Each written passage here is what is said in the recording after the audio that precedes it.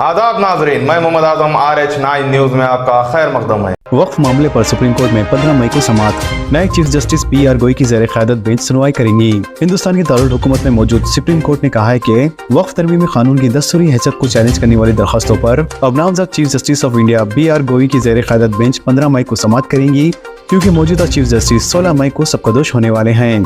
इसके अलावा जैसे ही chief justice Sanjiv Khanna, justice Sanjay Kumar और जस्टिस विश्वनाथन पर मुश्तमिल बेंच ने समाअत के लिए जमा हुई, वैसे ही चीफ जस्टिस ने कह दिया है कि बाज़ ऐसे पहलू है जिनसे मरकज को निपटना है, लेकिन इसके लिए भी वजाहत की जरूरत है। लिहाजा मैं इस मरहले पर कोई हुक्म महफूज करना नहीं चाहता और इस मामले पर किसी अन्य तारीख पर समाअत होंगी और ये तारीख मेरी सबकदोश के बाद होंगी। लिहाजा चीफ जस्टिस खन्ना की जगह जस्टिस गोवाई लेने वाले हैं और वो 13 मई को जस्टिस खन्ना की सबकदोश के एक दिन बाद जिम्मेदारी संभालेंगे। शहर की सड़कों पर रात में तारीकी स्ट्रीट लाइट्स बंद। शहर हैदराबाद के ग्रेटर हैदराबाद म्युनिसिपल कॉर्पोरेशन की जानिब से मुसलसल स्ट्रीट लाइट से मुतालिक गफलत बढ़ती जा रही है, जिसके नतीजे में हैदराबाद जैसे मेट्रो शहर की सड़कें रात के वक्त अंधेरे में डूबी हुई है। वाज़ेह है कि ग्रेटर हैदराबाद म्युनिसिपल कॉर्पोरेशन की इस हुदूद में लाखों की तादाद में LED स्ट्रीट लाइट्स नस्ब किए गए हैं, लेकिन सैकड़ों मोहल्लों, कॉलोनियों और मेन रोड्स पर ये लाइट्स या तो मुकम्मल तौर पर बंद है या फिर झिलमिलाती हुई रोशनी दे रहे हैं। जुबली हिल्स, मेहंदीपट्टनम, बंजारा हिल्स, फलकनुमा और पुराने शहर के कई इलाके इस तरह के वाक़यात का शिकार हैं। लिहाजा इस अंधेरे में न सिर्फ हादसात की शरह बढ़ी है, बल्कि जुराइम और कुत्तों के हमलों में भी इजाफा देखने को मिला है। ज़राए के मुताबिक स्ट्रीट लाइट्स की देखभाल के जिम्मेदारी इदारे EESL और GHC के दरमियान 104 करोड़ रुपए के वाजिबात पर तनाज़ा चल रहा था। एक जानिब GHC का कहना है कि EESL ने काम में गफलत बरती है, तो वहीं दूसरी जानिब EESL का दावा है कि वाजिब अदा रकम न मिलने की वजह से सर्विस मुहैया करने से खासिर है। लिहाजा इस मसले की वजह से गुज़िश्ता 4 महीने से शहर हैदराबाद में स्ट्रीट लाइट्स की बराबर देखभाल नहीं हो रही है। LRS स्कीम हुकूमत को 1906 करोड़ रुपए वसूल। रियासत तेलंगाना में गैर मंजूर शुदा लेआउट्स को बाकायदा बनाने की स्कीम LRS के तहत दरख्वास्तों को वसूल करने की मोहलत इतवार को खत्म हो गई है। लिहाजा इस स्कीम के जरिए रियासती हुकूमत को मजबूरी तौर पर 1906 करोड़ रुपए बतौर फीस के तौर पर वसूल करने में कामयाब हुई है। वाज़ेह है कि LRS के तहत 2020 में पिछली हुकूमत ने भी मौका फराहम किया था, जिससे फायदा उठाते हुए 25 लाख अफराद ने अपने प्लॉट्स को बाकायदा बनाने के लिए दरख्वास्तें जमा कराई थी। तहाँ मुख्तलिफ वजूहात की बिना पर यह अमल उस वक्त तातिल का शिकार हो गया था, लेकिन मौजूदा कांग्रेस हुकूमत ने इन पुरानी दरख्वास्तों का जायजा लेकर इन्हें बाकायदा बनाने के अमल को आगे बढ़ाया। वाज़ेह है कि कांग्रेस हुकूमत की जानिब से पहले 31 मार्च तक इसकी मुकम्मल अदायगी की मोहलत मुकर्रर की गई थी और इसी दौरान अदायगी करने वालों के लिए 25% रियायत का भी ऐलान किया गया था।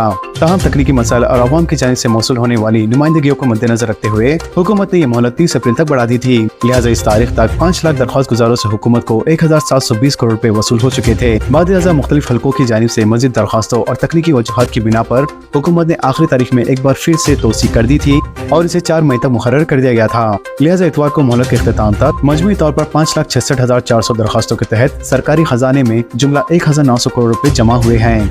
मिस वर्ल्ड मुकाबले कामयाब इनेकाद के लिए वसीतर इंतजाम किए जाए, मुनासिब सिक्योरिटी इक़दाम करने चीफ मिनिस्टर रविंद्र रेड्डी की हिदायत। रियासत तेलंगाना के चीफ मिनिस्टर रविंद्र रेड्डी ने ओहदेदारों को हिदायत दी है कि वो मिस वर्ल्ड 2025 मुकाबलों के कामयाबी से इनेकाद के लिए वसीतर इंतजाम किए जाए। इसके अलावा महकमे पुलिस को भी चौकस कर दिया गया है ताकि निगरानी में मजीद और शिद्दत पैदा की जा सके और शहरी हैदराबाद में 10 से 31 मई के दरमियान होने वाली आलमी दर्जे की रंगारंग तकारीब के लिए इंतहाई सख्त सिक्योरिटी के इंतजाम किए जाएं। इसके अलावा चीफ मिनिस्टर रविंद्र रेड्डी ने जोर देते हुए कहा है कि मिस वर्ल्ड 2025 की तकारीब बावखर अंदाज में मुनक़्क़द की जाएं ताकि रियासत तेलंगाना की शबीयत पर दुनिया भर की तवज्जो हो। इसके अलावा इस मुकाबले में हिस्सा लेने के लिए 116 ममालिक की हसीनाओं की आमद के पेश नज़र इन्होंने ओहदेदारों को हिदायत दी है कि दुनिया भर के मेहमानों की बगैर किसी मुश्किलात की बेहतर मेहमान नवाजी की जाए। रियासत तेलंगाना के मुख्तलिफ अजला में ज़लज़ले के हल्के झटके। अजलाओं में जगतियाल, करीमनगर, श्रीसेला, निजामाबाद और निर्मल शामिल। तेलंगाना के मुख्तलिफ अजला में पीर के शाम के वक्त ज़लज़ले के हल्के झटके महसूस किए गए। लिहाजा इन अजला में जगतियाल, करीमनगर, श्रीसेलम, निजामाबाद और निर्मल शामिल हैं। लिहाजा जिले जगतियाल में आज बाद नमाज मगरिब अचानक ज़लज़ले के झटकों की वजह से सामान हिल गए। इसके अलावा चंद अफराद जो कुर्सियों पर बैठे हुए थे इन्हें भी कुर्सियां हिलने का एहसास हुआ।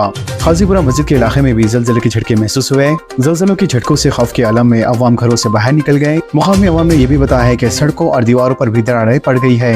इसके अलावा ज़लज़ले की शिद्दत रिक्टर स्केल पर 3.9 दर्ज की गई है। इसके अलावा ज़लज़ले के झटके शाम 7 बजे के आसपास महसूस किए गए। 5 दिन के दौरान गरज चमक और तेज हवा के साथ बारिश का इम्कान। सिद्दीपेट में शदीद बारिश से फसलों को नुकसान, तो वहीं दूसरी जानिब घरों की छतें भी उड़ गई। रियासत तेलंगाना में कहीं कहीं आइंदा 5 दिन के दौरान गरज चमक के साथ बारिश और 30 से 40 किलोमीटर फी घंटे की रफ्तार से तेज हवाएं चलने की पेशकशी की गई है। इसके अलावा महकमे मौसमियात ने पीर को जारी करदा यौमी मौसमी रिपोर्ट में कहा है कि आइंदा 7 दिन के दौरान रियासत के चंद मुकामात पर हल्की ता औसतन बारिश या बूंदाबांदी हो सकती है। इसके अलावा आइंदा 3 दिन के दौरान आजम तरीन दर्जे हरारत मामूल से 3 से 4 डिग्री सेल्सियस कम रहेगा। कई मॉडलों में तेज हवा की वजह से आम के बागात को शदीद नुकसान पहुंचा है, जिसकी वजह से आम के दरख्तों से फल जमीन पर गिर गए, शाखें टूट गई और पास इलाकों में दरख्त जड़ से उखड़कर सड़कों पर गिर पड़े। जिससे आमदोरफ्त में भी रुकावट पैदा हो गई। इसके अलावा किसानों ने आम की जमीन पर गिरने से हुए भारी नुकसान पर अफसोस का इजहार किया। तो वहीं दूसरी जानिब दीगर इलाकों के धान खरीदारी के मराकज़ पर रखे गए दान के ज़खायर भी भीग गए। अखिलती बहबूद की स्कीमात बिरवक्त शफाफियत के साथ अमल आवरी की हिदायत। मुहर्रम इंतजामात, स्कॉलरशिप्स, शादी मुबारक स्कीम पर जायजा इजलास, मोहम्मद शब्बीर का खिताब। तेलंगाना हुकूमत के मशीर मोहम्मद अली शब्बीर ने पीर को तेलंगाना सेक्रेटरीट में सीनियर ओहदेदारों के साथ एक तफसीली जायजा इजलास मुनअक़द किया।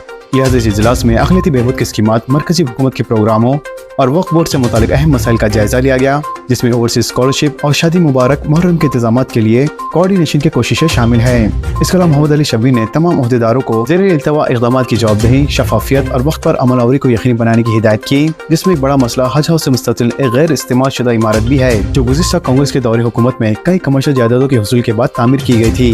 इसके अलावा शादी मुबारक स्कीम पर, जिसका मकसद अखिलती लड़कियों की शादी के लिए माली इमदाद फराहम करना था, शब्बीर अली को बताया गया है कि शादी मुबारक स्कीम से मुतालिक तकरीबन 48,000 दरख्वास्तें मौसूल हुई है और तकरीबन 7,900 मामलात अभी भी ज़ेर इल्तवा है।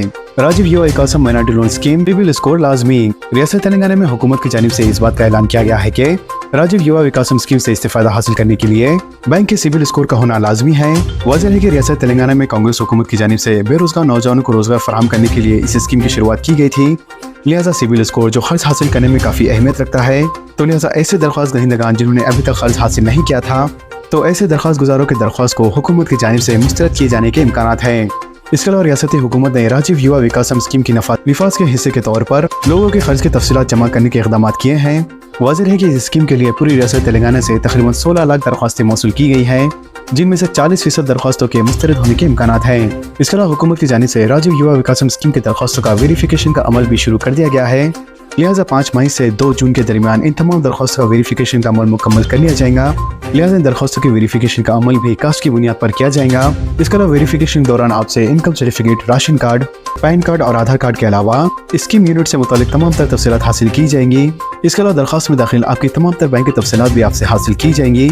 लिहाजा इन तमाम तर दरख्वास्तों का वेरिफिकेशन का अमल सरकारी ओहदेदारों की जानिब से एक फॉर्म के जरिए से अंजाम दिया जाएगा और आपकी तमाम तर तफसीलात उसी फॉर्म में जमा की जाएंगी। तफसीलात और वेरिफिकेशन का अमल मुकम्मल होने के बाद इन एप्लीकेशन फॉर्म्स को ओहदेदारों की जानिब से आगे की कार्रवाई के लिए रवाना कर दिया जाएगा।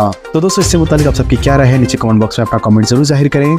आप तमाम साथियों के कमेंट्स काफी अहमियत रखते हैं और आपके कमेंट्स के जरिए ही आप अपनी बात हुकूमत तक पहुंचा सकते हैं। तो लिहाजा आप अपनी राय नीचे कमेंट बॉक्स में जरूर जाहिर करें और हमारे इस वीडियो को दिल खोल के लाइक करें। तो मिलते हैं अगली वीडियो में एक लेटेस्ट अपडेट के साथ। जब तक के लिए अल्लाह हाफिज। तो नाजरीन, इजाजत दीजिए और बने रहिए हम सब की आवाज RH9 न्यूज के साथ। चैनल को लाइक कीजिए, जितना हो सका ज्यादा से ज्यादा शेयर कीजिए और सब्सक्राइब करना ना भूलें। खुदा हाफिज।